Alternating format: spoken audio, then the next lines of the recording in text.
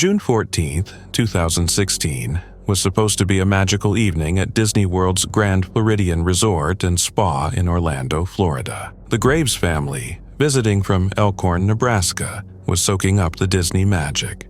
Among them was their adventurous 2-year-old son, Lane Thomas Graves, who was enjoying the warm night by the Seven Seas Lagoon with his parents, Matt and Melissa, and his big sister Ella. That night, Disney was screening Zootopia under the stars, and little Lane was having the time of his life, splashing in the shallow water near the shore. It was around 8:30 p.m., a time when the Florida alligators are most active. As Lane bent down near the water's edge, an alligator, estimated to be around 7 to 8 feet long, emerged from the lagoon. In a flash, the reptile lunged and grabbed Lane, mistaking him for an easy meal. Matt, standing just a few feet away, heard the splash and immediately sprang into action. Without hesitation, he rushed into the water, trying to pry his son from the gator's powerful jaws.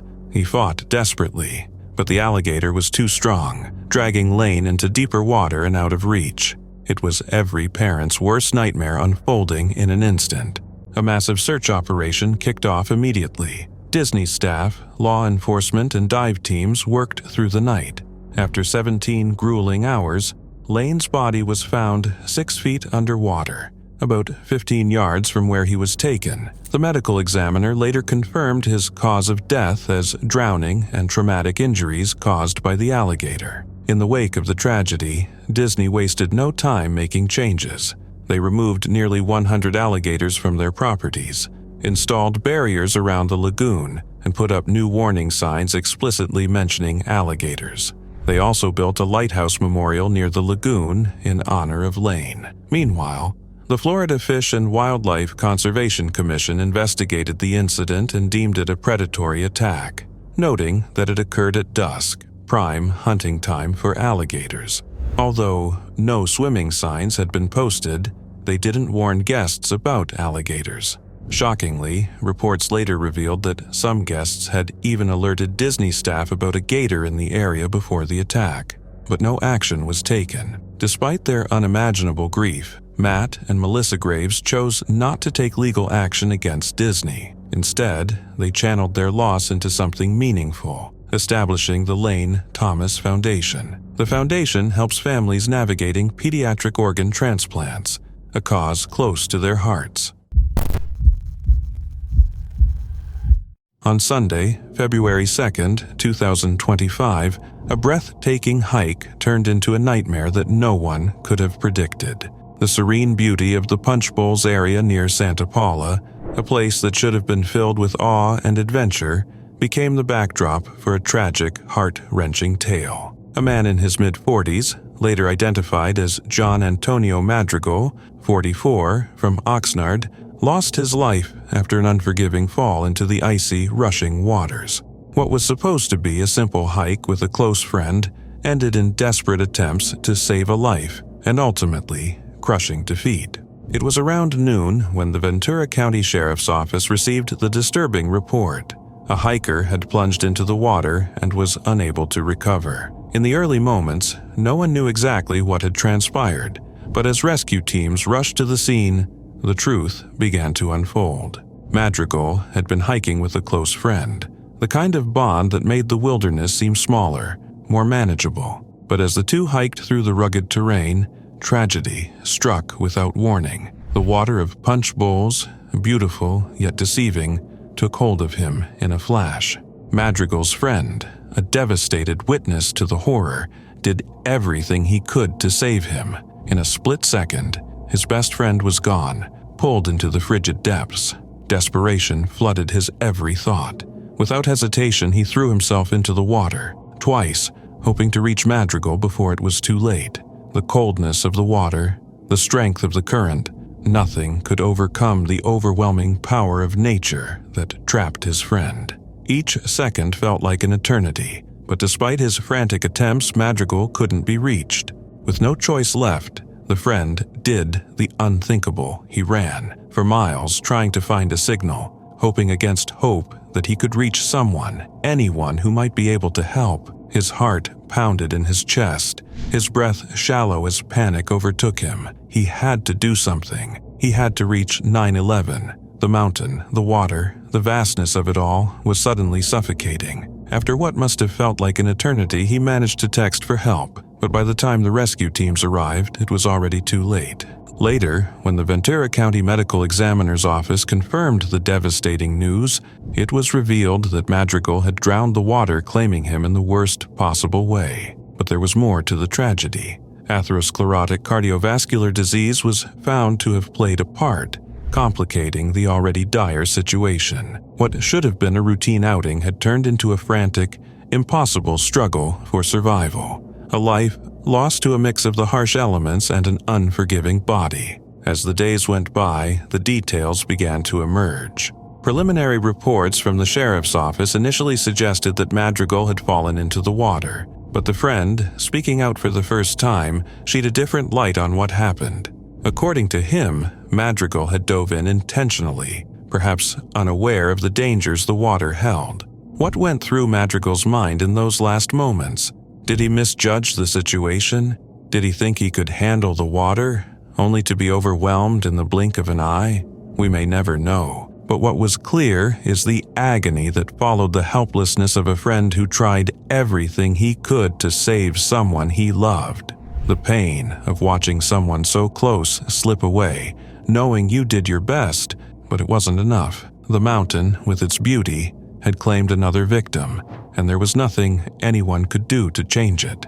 As the investigation continues, the death has been ruled an accident, yet, for those who knew Madrigal, the questions linger. How close was he to safety? Was there anything anyone could have done to stop this?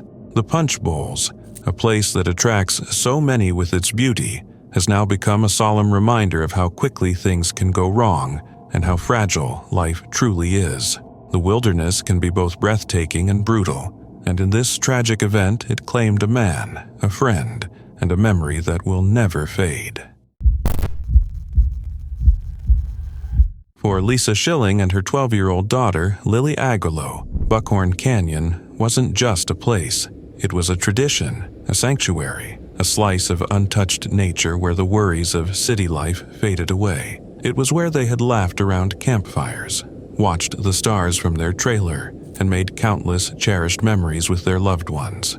But on July 15th, 2022, what was meant to be another peaceful getaway turned into an unthinkable tragedy. Lisa, a dedicated 4th grade teacher, was set to start a new chapter at Bear Creek Elementary. Lily, on the cusp of turning 13, was eagerly counting down the days to her birthday. Neither of them knew they had only hours left to live. That Friday afternoon, the sky darkened, and a steady rain began to fall. It didn't seem alarming at first, just another passing summer storm, but hidden in the mountains, nature was brewing a silent catastrophe. The rain triggered a deadly chain reaction. The Cameron Peak fire, which had ravaged the area 2 years earlier, had left the soil loose and unstable. Now, with every drop of rain, the mountainside weakened. Then, at 5 p.m., it happened. A thunderous, gut-wrenching roar ripped through the canyon, a sound that sent chills down the spines of everyone at the campsite. Annette Vasquez, Lisa's sister-in-law, froze in horror as she turned to see a nightmare racing toward them, a monstrous wall of water. Mud, boulders, and uprooted trees came thundering down the creek, a flash flood so powerful, so merciless, that it was unstoppable. Lisa and Lily were inside their trailer when the flood hit. There was no warning, no chance to run. In mere seconds, the churning mass of destruction lifted the trailer off the ground, tossing it like a toy in its unrelenting grip. The terrified screams of mother and daughter vanished beneath the deafening roar of the flood as their home away from home was swallowed by the raging current. Onlookers could do nothing but watch in helpless terror as the trailer was ripped away, disappearing into the chaos. And just like that, Lisa and Lily were gone. The Larimer County Sheriff's Office received frantic calls about the flood around 5 p.m., but by the time rescuers arrived, the devastation was already irreversible. For 2 long hours, search teams scoured the flooded canyon, hoping, praying that Lisa and Lily had somehow survived. But as darkness began to fall, hope slipped away. At 7:30 p.m., they found them. Lisa and Lily's bodies were discovered more than half a mile away from their campsite, washed down the canyon by the relentless floodwaters. Their beloved dogs, who had been in the trailer with them, were gone too. The flood stole more than 2 lives that day. It shattered an entire family. Lisa's husband, already grieving from recent losses, was now faced with the unbearable reality that his wife and daughter were never coming home. Friends and family rushed to support him, setting up an online fundraiser to help with funeral expenses. Within days, the GoFundMe campaign had raised nearly $14,000 out of its $25,000 goal, a testament to the community's love for Lisa and Lily. But no amount of money could undo the devastation. Jamaica, with its sun-kissed beaches, pulsating reggae beats, and endless supply of tropical drinks, was the perfect getaway for 53-year-old Timothy Southern from Lichfield, Staffordshire. In May 2022, he landed at the Royal Decameron Club Caribbean in St. Lucia, and with his family, ready to soak up the warm island vibes. Days were spent basking in the sun, dipping in the ocean, and feasting on local delicacies, while evenings buzzed with music, laughter, and an array of colorful cocktails. One night, Timothy, feeling the island spirit, found himself in the middle of a drinking challenge with 2 fellow guests. The mission? Conquer all 21 cocktails on the menu in one sitting. Having already indulged in brandy and beer earlier in the day, one might think he'd call it a night, but the thrill of the challenge was just too tempting. The drinks flowed, the toasts kept coming, and the energy was infectious. Not typically a heavy drinker, Timothy dove into the challenge with enthusiasm. But after 12 cocktails, the mix of booze, heat, and sheer excitement began taking its toll. He started feeling wobbly, yet the buzz of the evening kept him going. Eventually, reality hit hard. He waved the white flag, said his goodbyes, and staggered back to his room, the resort's palm trees swaying, or was that just the alcohol? His family, unaware of just how much he had consumed, assumed he was simply exhausted from a long day. But once in his room, things took a turn for the worse. That lightheaded tipsiness transformed into a full-blown emergency. His stomach rebelled, nausea kicked in, and he struggled to stay coherent. In a desperate attempt to feel better, he tried to force himself to vomit but quickly found himself in trouble. A family member, sensing something was seriously wrong, rushed to his aid, placing him in the recovery position. Panic set in as his condition worsened. His breathing became shallow, his skin turned cold and clammy, and his family, now in full crisis mode, pleaded for help. A nurse finally arrived, but shockingly, no ambulance had been called. As precious minutes slipped away, the family begged for action. When the nurse finally began chest compressions, it was too late. Timothy's pulse was weak, his body unresponsive, and their worst fears became reality. He was gone. The cause of death? Acute gastroenteritis due to excessive alcohol consumption, a clinical explanation for an utterly heartbreaking loss.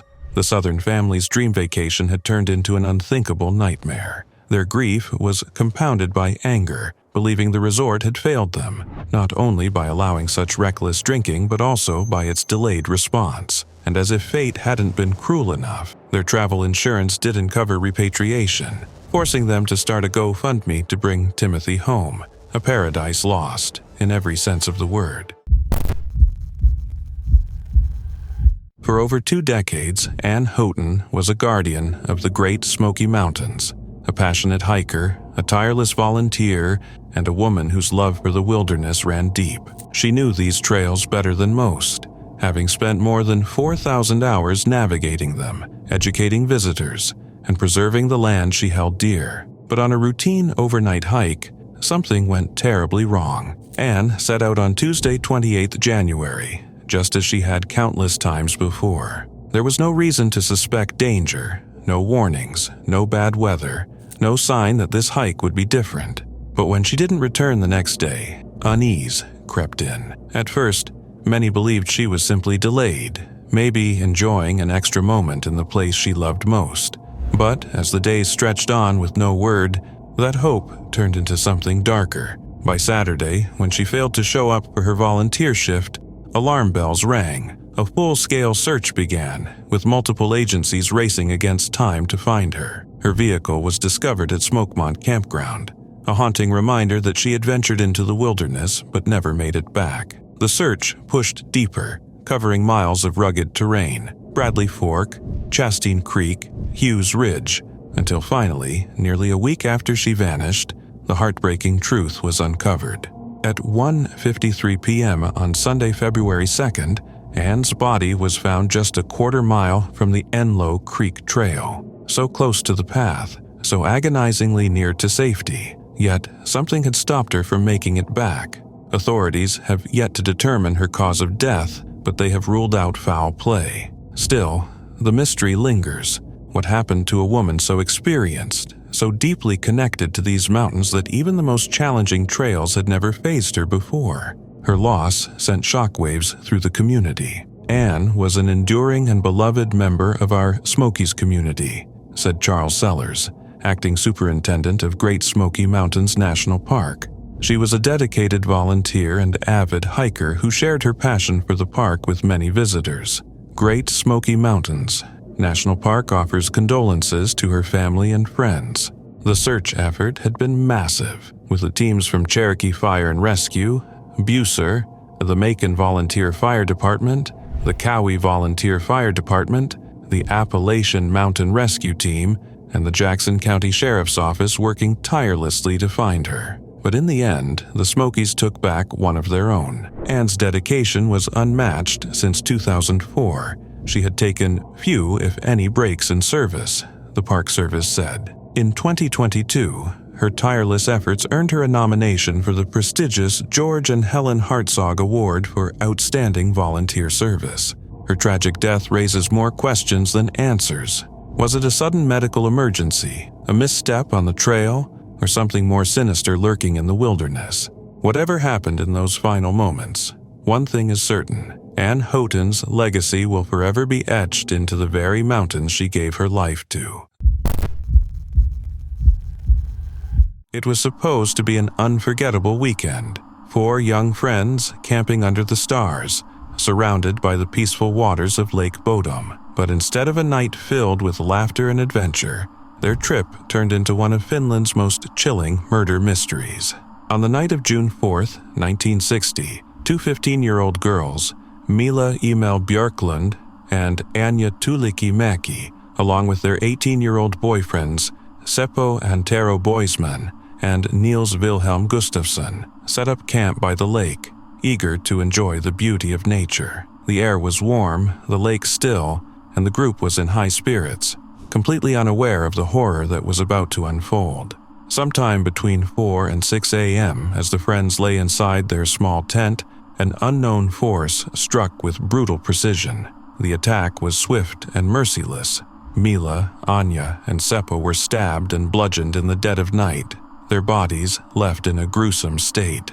The only survivor, Niels Gustafsson, was found barely clinging to life, suffering from a concussion, a shattered jaw, and multiple facial fractures. But the real mystery: the tent had not been cut open from the inside. The killer had struck from the outside, attacking them through the fabric before leaving them for dead. Morning arrived, and life went on as usual around Lake Bodom. A group of young birdwatchers, out exploring at sunrise, noticed the collapsed tent near the shoreline but thought nothing of it. As they walked past, they spotted a blonde-haired man quietly moving away from the site. Was it the killer? No one knew. It wasn't until 11 a.m., hours later, that a local carpenter, Risto Siren, stumbled upon the grisly crime scene and called the police. When authorities arrived, they were met with a horrific sight. Inside the blood-soaked tent, the bodies of Anja and Seppo lay lifeless. Outside, Mila's corpse had been dragged partially out of the tent, her clothes disheveled, stabbed even after death. Gustafsson, barely conscious, was found beside her, his injuries severe but not fatal. Strangely, the attacker had taken bizarre trophies. Keys to the teenagers' motorcycles had vanished, yet the bikes remained. Even more chilling, Gustafsson's shoes were missing, only to be discovered nearly half a mile away. Despite the brutality of the murders, the police investigation was a disaster from the start. Officers failed to secure the crime scene, allowing dozens of onlookers to trample through the area, contaminating evidence. By the time forensic teams arrived, crucial clues were lost forever. As the years passed, the case only grew darker. Whispers spread of a mysterious blonde man seen near the lake, a former KGB spy, some claimed.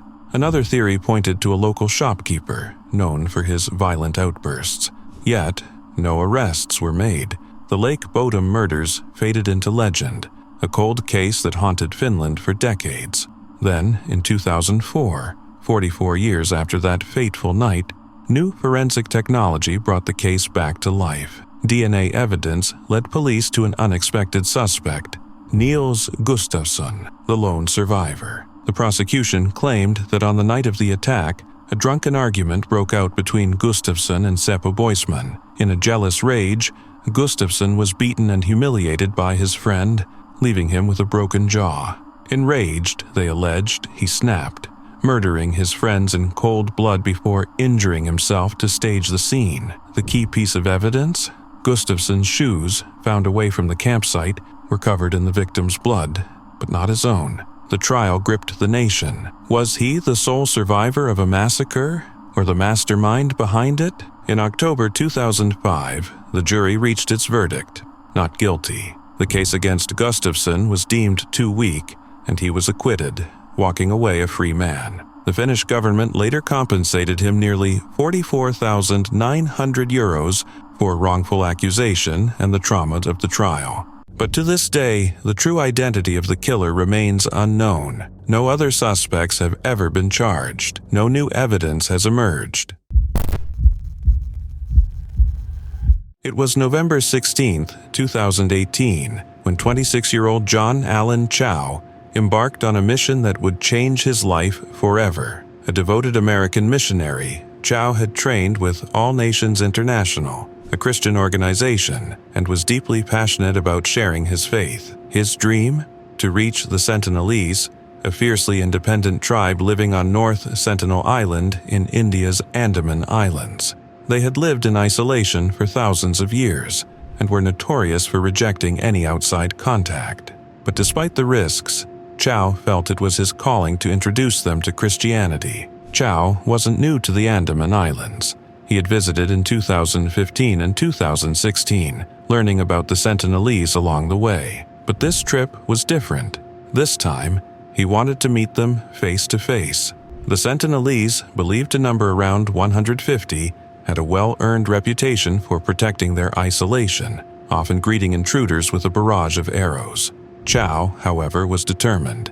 He spent months preparing and hired local fishermen for $325 to take him close to the island, even though they knew it was illegal and extremely dangerous. On November 15th, Chow made his first attempt. Paddling in a kayak while the fishermen stayed behind, he approached the shore and introduced himself, saying that his name was John and that both he and Jesus loved them. The Sentinelese responded by readying their arrows. Hoping to win them over, he offered a fish. It didn't work. The tribe's hostility forced him to retreat.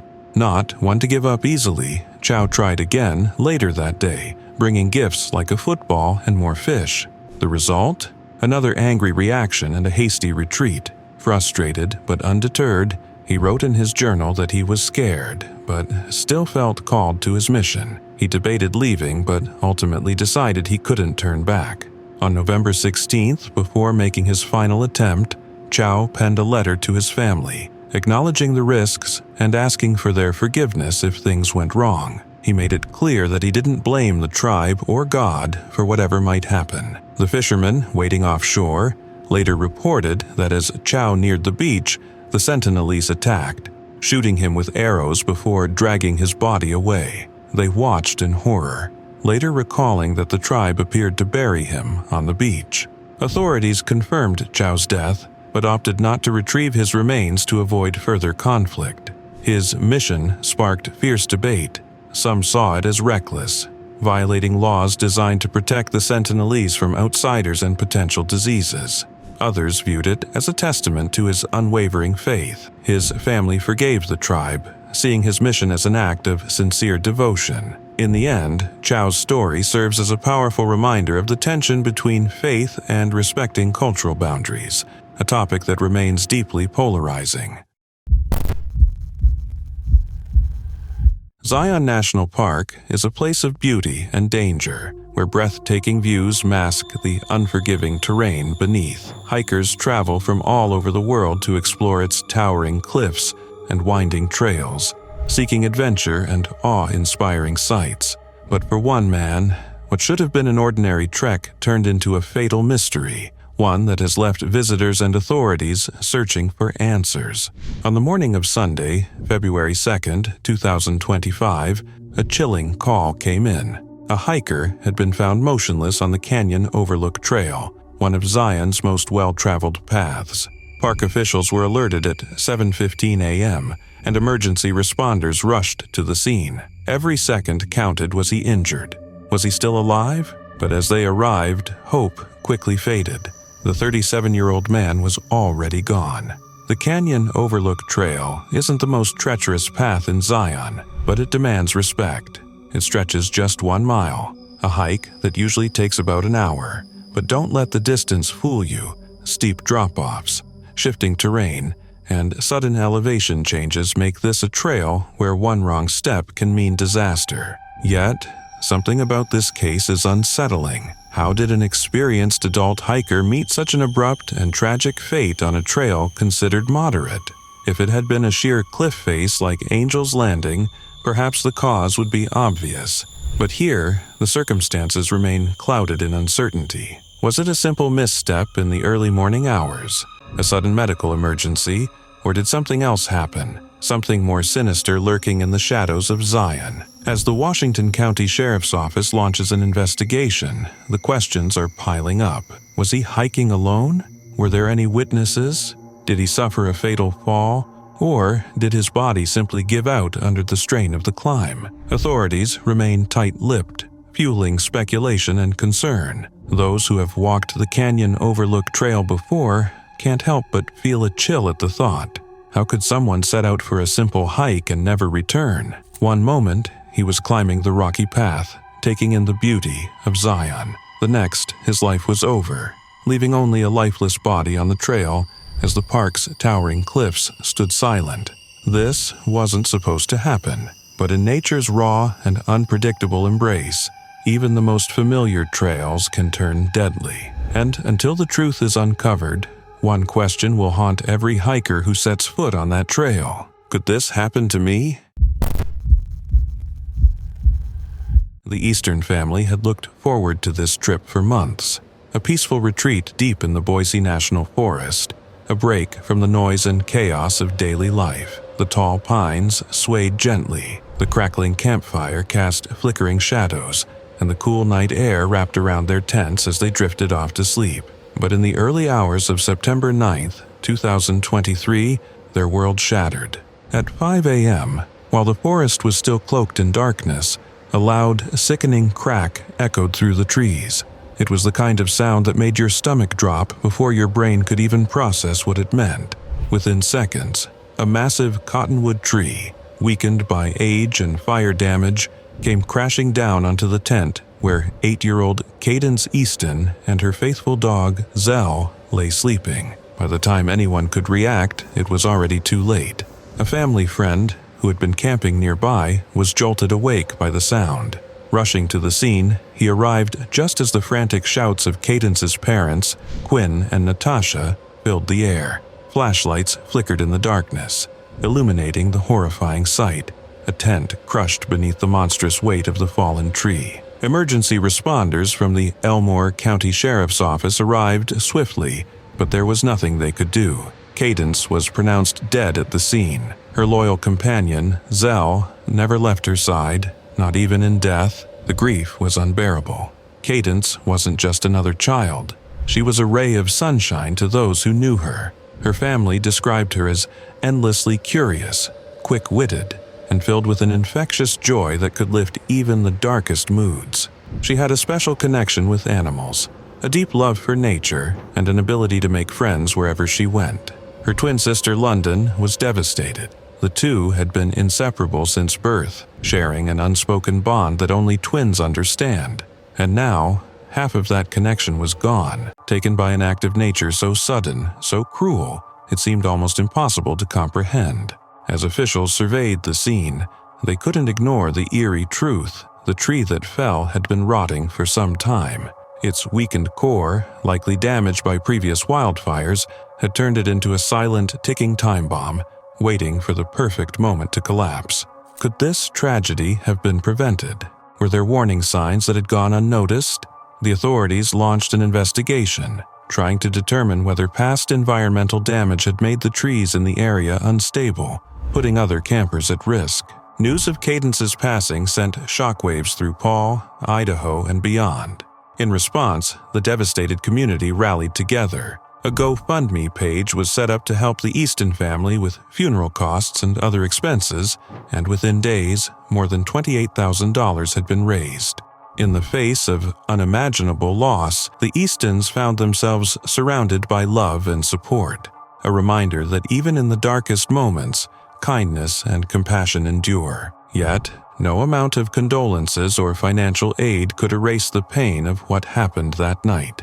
The reality was cruel and irreversible. A family had gone into the woods seeking peace, only to leave with a wound that would never fully heal. Cadence Easton's story is a heartbreaking reminder of how fragile life can be, how, in an instant, everything can change. And as her loved ones grieve, they hold on to the memories of a little girl whose spirit burned bright, even in the face of tragedy. Desiree Gibbon, a thrill-seeking 26-year-old from Queens, New York, set off on an adventure to Jamaica in November 2017. Staying at her grandmother's hotel in Montego Bay, she was more than just a tourist. She was a model, an aspiring filmmaker, and a globetrotter with big dreams of heading to film school in Europe. Montego Bay's lively streets and gorgeous beaches provided the perfect break from the chaotic pace of New York, offering both comfort and opportunity. Determined to make the most of her time there, she even sought a bartending job to help fund her future while uncovering the island's hidden gems. Her enthusiasm and open-minded nature led her to cross paths with all kinds of people, some friendly, others possibly dangerous. Despite whispers of certain areas, like Anchovy, being less than safe, Desiree either didn't notice or chose to ignore the warnings. Then, on November 26, 2017, she walked out of her grandmother's hotel to meet someone and vanished. The next morning, the worst possible news arrived. Locals in Anchovy discovered her body hidden in the bushes. Her throat had been slashed, her face bruised, a brutal and senseless attack that sent shockwaves through the community. Jamaica, already grappling with trust in its law enforcement, now faced another tragedy that seemed to slip through the cracks of justice. Desiree's devastated family was left struggling with the unthinkable. How could this happen in a place she had felt so at home? Her mother, Andrea, couldn't shake the horrifying thought that the killer was someone her daughter had trusted. Desiree had always been cautious, aware of the risks of traveling alone, yet it seemed her kindness had been betrayed in the worst possible way. The investigation was agonizingly slow. Overwhelmed authorities found little evidence, no immediate leads, and no suspects. As frustration mounted, rumors swirled. Was it a crime of passion, a robbery gone wrong, or something even more sinister lurking beneath the surface of paradise? Andrea, desperate for closure, was convinced her daughter had been deliberately lured away. The missing purse, money, and ID only reinforced the belief that it wasn't random. Weeks turned into months, and the case grew colder. Authorities released minimal details, citing an ongoing investigation, but progress was painfully slow. Desiree's family, stuck in an agonizing limbo, kept demanding answers, but their pleas seemed to fade into silence. The harsh reality set in. In a place where crime often met indifference and resources were stretched thin, finding justice felt impossible. Desiree's story became a chilling, cautionary tale, a reminder that even in the most beautiful places, danger can lurk beneath the surface. Her dreams of film school and making a name for herself were stolen in an instant, leaving behind only heartbreak and the unanswered question of who took her life. What started as an exhilarating New Year's Day adventure in the Italian Alps has spiraled into a chilling tragedy. Samuel Harris, 35, and Aziz Ziriat, 36, both experienced hikers from London, had set off into the Adamello Range with a plan to trek from mountain hut to mountain hut, immersing themselves in the breathtaking but unforgiving beauty of the Italian wilderness. It was a journey they had done before, a test of skill, endurance, and brotherhood. But this time, something went terribly wrong. Days passed without a word. Their families weren't immediately alarmed. After all, Harris and Ziriat lived for this kind of isolation. They were known for pushing their limits, venturing into remote landscapes where phone signals faded into silence. Their friends reassured themselves that the pair was simply off the grid, enjoying the vast solitude of the mountains. Their loved ones had trusted their expertise. They go a couple of times a year. It wasn't surprising that they had no signal they like going off the grid, recalled Joe Stone, a close friend of Ziriat. But then January 6th arrived the day they were supposed to fly home. They never boarded their flight, they never checked in, they never even made it back to civilization. And that was when concern turned into fear. The search began under impossible conditions. Thick fog rolled in like a curtain, blocking all visibility. Snow piled up in heavy sheets, concealing every trace of movement. Rescuers tried to send helicopters to scan the peaks and valleys, but the relentless weather forced them to retreat. The mountains, it seemed, were refusing to give up their secrets. Finally, after days of battling nature's fury, a breakthrough rescuers, guided by the hikers' last phone activity, reached an isolated section of the range, near the treacherous south face of Carre Alto. And that's where they found him. Samuel Harris lay buried under the snow, lifeless, at the foot of a sheer rockfall. His backpack and gear were strewn nearby, half consumed by ice and time. Had he fallen? Slipped on the unforgiving terrain? Had an avalanche swept him away? The answers lay somewhere in the frozen silence, but one thing was certain, he hadn't made it out. But where was Aziz Ziriat? The discovery of Harris's body only deepened the mystery. There was no sign of his friend, no immediate clues to his fate. Had he tried to find help? Was he still out there, trapped, waiting for rescue? Or had the mountains already claimed him too, hiding his body somewhere beneath the endless drifts of snow? Rescuers fought against time, pushing forward with everything they had, but the mountain had its own plans. Within hours of finding Harris, the weather turned. Once more thick fog descended. Visibility vanished, and the threat of avalanches became too great. The search had to be suspended. Now, as the storm rages on, the search for Ziriat remains frozen in uncertainty. His loved ones can do nothing but wait, caught between hope and heartbreak. Did he manage to find shelter, waiting for a rescue that may never come?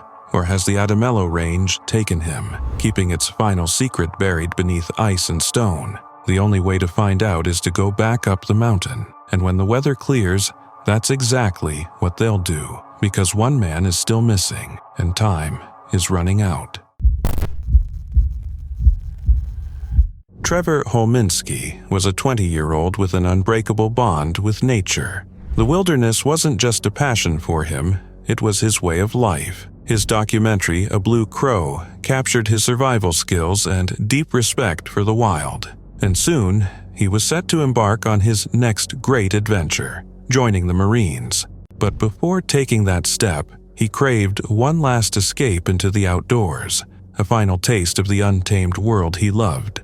So, in August 2015, he and his friend Sheldon Stewart set out for Bucks Lake in Northern California, unaware that this journey would end in blood and fire. Trevor's mother, Allison, recalled the excitement in his voice when he talked about the trip.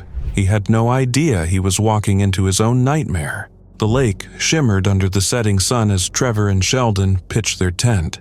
The air was crisp, the forest alive with the rustling of leaves and distant calls of wildlife. But as the night fell, something changed. The two had taken LSD and marijuana, and as the drugs took hold, their reality blurred into something dark and chaotic. What happened next remains shrouded in mystery, but one thing is certain. By morning, one of them would be dead. In the early hours of August 22, 2015, firefighters responded to a raging brush fire near Bucks Lake. As they fought to contain the flames, they stumbled upon something chilling. Near the smoldering remains of a campsite, they found a man, Sheldon Stewart, his neck covered in deep stab wounds. But that wasn't the most horrifying discovery. Just feet away, within the fire pit, lay a burned body. Smoke still curled from the charred remains, the air thick with the sickening stench of scorched flesh. It was Trevor. Investigators arrived at the grisly scene and immediately sensed that something sinister had taken place. When they questioned Sheldon, his story was disjointed, riddled with inconsistencies. He claimed Trevor had attacked him, forcing him to defend himself, but the evidence whispered a different tale, one of calculated violence, betrayal, and an attempted cover-up. The autopsy revealed the brutal truth. Trevor had been stabbed multiple times before being set on fire. His body bore no signs of a struggle, no defensive wounds. The scene suggested something far more disturbing than a mere fight gone wrong. Investigators scoured the area and soon uncovered damning evidence.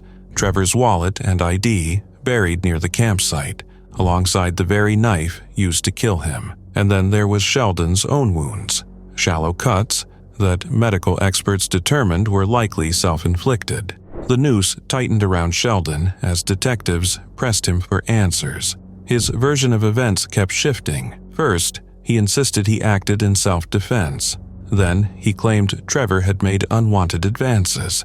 But with each revision of his story, he only sank deeper into suspicion. Finally, the trial began, and Sheldon's fate was left in the hands of a jury. His defense tried to argue that the drugs had warped his perception, that he had only lashed out in fear. But the prosecution tore through those claims. They painted a picture of a man who, under the influence, had committed an unspeakable act and tried to erase the evidence in flames. Then came the final, chilling confession. Sheldon admitted that Trevor had asked him to end his misery. The meaning of those words remains unclear, a cryptic message lost to the chaos of that night. But the jury had heard enough. The verdict? Guilty. First-degree murder, arson. Sheldon Stewart was sentenced to 26 years to life, his fate sealed in the very courtroom where justice for Trevor was finally served. But for Trevor's family, the pain never faded. A mother's grief, a life stolen too soon, a promising future reduced to ashes in a campfire pit. One final adventure, one final betrayal, and a truth that still haunts the woods of Bucks Lake to this day. On September 19, 2019, Stephen Weber Jr., a 40-year-old from Baton Rouge, Louisiana, was living his best life on a dreamy vacation with his girlfriend, Kenesha Antoine. The couple had splurged on a once-in-a-lifetime experience at the ultra-luxurious Manta Resort off the coast of Pemba Island, Tanzania. Their underwater cabin, a jaw-dropping $1,700 a night stay, offered front-row seats to the wonders of marine life, like living inside a giant, fancy fish tank.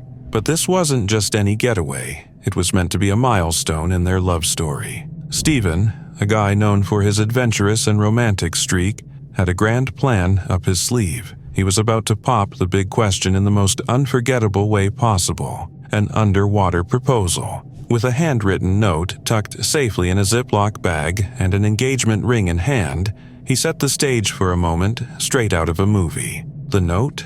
Pure romance. He joked that he couldn't hold his breath long enough to list all the reasons he loved Kenesha, but assured her that his love for her grew stronger every day. Then, with a flip of the note, he dropped the bombshell. "Will you marry me?" Inside the cozy cabin, Kenesha eagerly waited, capturing the whole thing on video. As Stephen swam up to the glass, grinning like a kid with a secret, he held up the note and then the ring. She laughed, thrilled by the surprise, but just moments after, Stephen swam out of view, never to return. Minutes passed, then more. The excitement turned into worry. He should have been back by now. Kenesha, now panicking, tried to contact the resort staff. No luck. Desperate, She flagged down passing boaters for help. When Stephen was finally brought to the surface, he had a faint pulse, but despite CPR efforts, he didn't make it.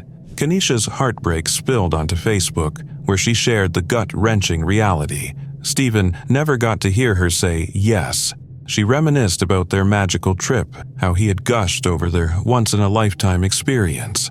His sudden passing left everyone in shock. Stephen was an experienced swimmer, familiar with snorkeling, making the tragedy even harder to comprehend. His family, especially his sister Mandy, questioned if there was more to the story. How could such a confident swimmer not make it back? The Manta Resort released a statement confirming that Stephen drowned while freediving outside the cabin. The water was calm, the depth around 32 feet, and yet something went terribly wrong. Despite lingering questions, one truth remains.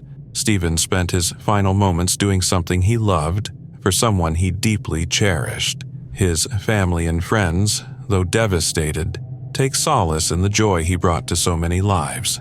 Kenisha, heartbroken but grateful for their time together, holds on to the memories of the man she was ready to call her husband. His tragic yet touching story continues to remind people of the fragility of life and the power of love. What was meant to be an ambitious and exhilarating challenge turned into a harrowing tale of survival and ultimately a tragic end on the slopes of Mount Whitney, the tallest peak in the contiguous United States. Taylor Rodriguez, a 29-year-old from San Antonio, had set his sights on the summit of this towering 14,505-foot mountain. Little did he know that his journey would soon spiral into the kind of nightmare that strikes fear into the heart of even the most experienced hikers.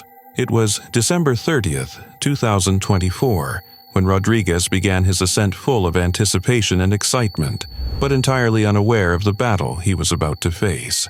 As the days passed, his family and friends heard nothing, and by January 2nd, 2025, the alarms were raised.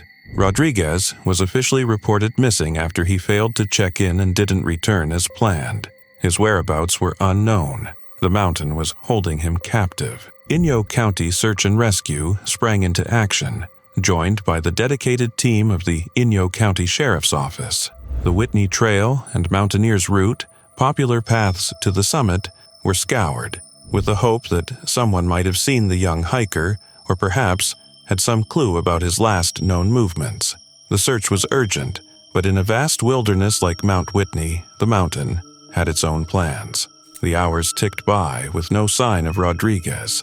As the days blurred into each other, the search grew more desperate, with officials turning to social media, hoping fellow climbers who had braved the treacherous trails between December 30 and January 2 might hold the key to finding Rodriguez.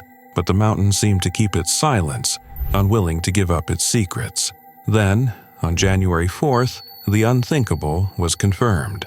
Rodriguez's body was discovered at an elevation of 12,000 feet near the North Fork of Lone Pine Creek Trail. The rescue teams, exhausted and battered by the elements, had found what they feared most. The reality set in the mountain had claimed its prize, and this brave adventurer's journey had ended in the harshest of ways. We extend our deepest condolences to Taylor's family and friends during this difficult time, Inyo County Search and Rescue shared in a heartbreaking post. Rodriguez had initially set out from San Antonio on December 28th, driven by the dream of summiting Mount Whitney, but his fate took an unexpected turn when he changed his plans and opted to attempt the peak on his own. The details of his final days are still unknown. What happened between his departure and the fateful discovery remains a haunting mystery, the mountain's cruel nature obscuring the answers in the wind, snow, and brutal elements. For those who venture into the unforgiving wilderness, Mount Whitney is a reminder of the delicate balance between human ambition and nature's raw power. Rodriguez's tragic end underscores the unpredictability of even the most well-planned expeditions, and the devastating reality that sometimes the mountains don't give up their secrets without a heavy price. As the search and rescue teams pack up, the mountain holds its silence, leaving us with only questions. How close did Rodriguez come to the summit? What happened in those final days on the mountain? For his loved ones, the answers may never come, but the memory of his journey will live on, a sobering reminder of the dangers and beauty that lie in the world's highest places. On the night of August 17, 1980, the vast ancient lands of Uluru in Australia's Northern Territory lay silent under the moonlight. But that silence was about to be shattered forever. The Chamberlain family, Lindy, Michael, and their 3 children, had set up camp near the towering monolith, unaware that within hours, their lives would descend into a nightmare of unimaginable horror and relentless injustice. 9-week-old Azaria Chantal Lauren Chamberlain had been peacefully sleeping in the family tent when, suddenly, a scream pierced the still night. Lindy rushed to the tent, her heart pounding, only to be met with a sight that would haunt her forever. A dingo slinking away into the darkness. The unthinkable had happened. "A dingo's got my baby!" she cried, her voice trembling with terror. But the nightmare was only just beginning. 3 separate witnesses would later confirm hearing a baby's desperate cries that night. Dingo tracks were found leading to and from the tent, their imprints pressed into the sandy earth. Bloodstains, Azaria's, covered the tent's mattress, her carry basket, and the ground where she had been sleeping. The signs were clear. A dingo had taken the infant. Indigenous and white trackers followed the trail, discovering drag marks in the sand and shallow indentations, suggesting the dingo had briefly rested. Near these imprints were dark patches that would later be suspected to be blood. Yet, from the very beginning, whispers of doubt and suspicion began to swirl. The idea of a dingo attacking a baby was met with skepticism by police, by the media, by the public. Despite the initial inquest concluding that a wild animal had indeed taken Azaria, some officers were determined to prove otherwise. They dismissed the evidence and instead turned their focus onto the Chamberlains themselves, convinced that the grieving parents, Lindy in particular, were hiding something sinister. 8 months later, a nationwide police operation was launched. The Chamberlains' home was ransacked, their belongings seized. Witnesses who had previously spoken about the dingo attack were reinterrogated, pressured to change their statements. Investigators ignored anything that pointed to the dingo, instead crafting a narrative that was more sensational, more sinister. The second inquest, rather than clarifying events, took a shocking turn. Instead of reaffirming the initial findings, authorities threw the Chamberlains under suspicion, ultimately charging Lindy with murder and Michael as an accessory. It seemed absurd. How could a mother, whose baby had been snatched from her tent, now be accused of killing her own child? But the media had already convicted her in the court of public opinion. The trial began on February 13, 1982, and quickly turned into a spectacle. The prosecution claimed Lindy had slit Azaria's throat in the family car and hidden her body in a camera case, an accusation built on dubious forensic evidence. They pointed to traces of what they claimed was fetal hemoglobin found in the Chamberlain's vehicle, later revealed to be nothing more than chemical residue from soundproofing material. The defense presented eyewitnesses, expert testimonies, and logical explanations, but it didn't matter. The court had already made up its mind. On October 29, 1982, Lindy Chamberlain was found guilty of murder and sentenced to life in prison. Michael Chamberlain was convicted as an accessory and received a suspended sentence. Their children, Aidan and Reagan, were left without a mother, their family torn apart by a web of lies and injustice. For years, Lindy sat behind bars, condemned for a crime she did not commit. The Chamberlains' appeals were repeatedly denied, their cries for justice falling on deaf ears. But fate was not finished with this story. In 1986, a miracle emerged from the very land that had swallowed Azaria whole. Her torn and blood-stained jacket, one the prosecution claimed never existed, was discovered near a dingo den, buried in the rugged terrain. With this damning revelation, the walls of deception began to crumble. Lindy was released from prison on September 15, 1988, and 2 years later, her conviction was overturned. Yet, the battle was far from over. In 1995, a third investigation still failed to clear Azarea's cause of death. The Chamberlains continued to fight, determined to have the truth recognized. Finally, on June 12, 2012, over 3 decades after that fateful night, Coroner Elizabeth Morris officially ruled that Azarea Chamberlain had been taken and killed by a dingo, a tragic yet long overdue confirmation of what Lindy had said all along. Though Lindy received $1.3 million in compensation for wrongful imprisonment, no amount of money could erase the torment, the shattered reputation, the years lost. What should have been a case of tragic misfortune had turned into one of Australia's most infamous miscarriages of justice.